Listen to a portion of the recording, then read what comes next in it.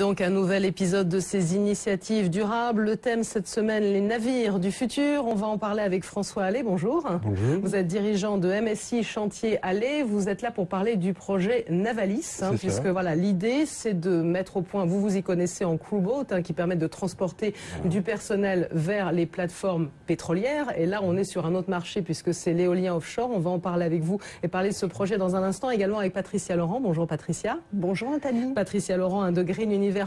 Alors on le sait, en ce qui concerne l'éolien, la France est en retard par rapport à ses voisins comme la Grande-Bretagne ou encore l'Allemagne, mais elle pourrait être en avance sur le marché de l'éolien flottant qui devrait arriver à maturité, on va dire, vers 2017. Plusieurs projets français avancent plutôt vite, Patricia. Alors absolument Nathalie. Alors l'idée de l'éolien flottant, c'est de pouvoir aller installer des éoliennes dans des mers plus profondes parce qu'on n'a pas à fixer les turbines au fond des mers. Donc c'est intéressant, notamment pour la France qui a un littoral côtier avec des mers qui sont très vite relativement profondes. Donc il y a un enjeu important. Et c'est vrai que la France est plutôt en train de prendre une longueur d'avance dans ce domaine, alors que dans l'éolien offshore classique, là, plutôt une longueur de retard. Oui, vous en avez parlé. L'actualité donc la plus récente dans l'éolien flottant, on l'a bien compris, c'est du côté d'Ideol, une jeune société de la région marseillaise. Absolument, c'est une jeune société des Bouches-du-Rhône qui a été créée en 2010 et cette société, eh bien, elle vient de lever des fonds, un joli tour de table ma foi, puisqu'elle a récolté en tout 7 millions d'euros. Alors 7 millions d'euros à partager entre des fonds d'investissement et puis également une aide substantielle de la Commission européenne.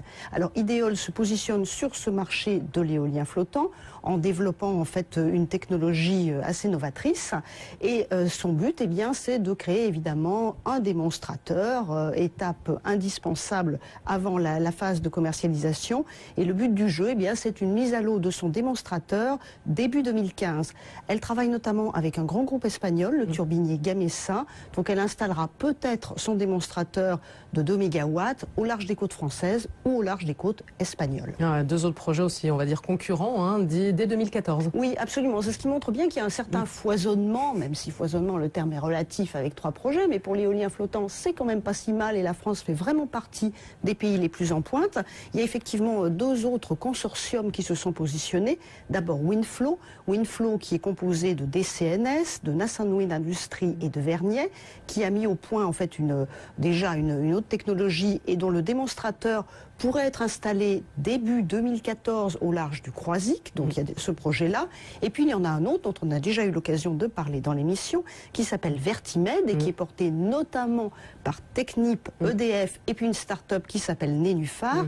Alors ce projet doit également aboutir en 2014. Là, c'est dans le sud, en Méditerranée, au large de Fos-sur-Mer.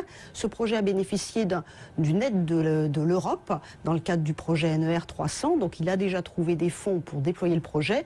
La société Nénuphar est en train de lever des fonds, elle, pour renforcer ses fonds propres, pour financer ses projets, parce que c'est bien, la France se positionne, il y a des projets, il y a des start-up, il y a des grands groupes, mais tout ça, ça demande quand même beaucoup d'argent, comme souvent dans les clean tech.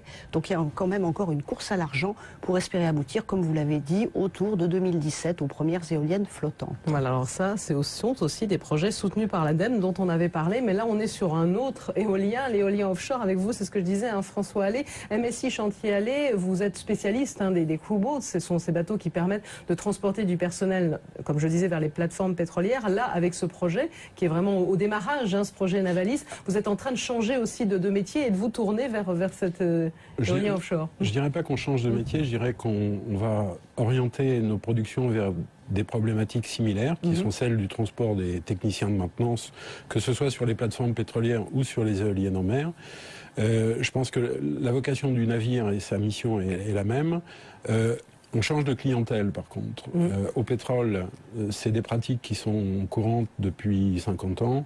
Dans l'éolien, et en particulier en France, et on parlait un peu du retard de l'éolien posé en France, c'est des pratiques que les industriels découvrent parce qu'ils viennent de la terre, ils se trouvent confrontés aux problématiques maritimes et en particulier à celle du transport des personnels avec le souci prioritaire de la sécurité des personnes qui sont elles-mêmes des techniciens qui viennent aussi de terre. Alors on fait appel à votre savoir-faire, on l'a bien compris, c'est un projet au total total de combien de millions d'euros? Le projet a un budget de 5,4 millions.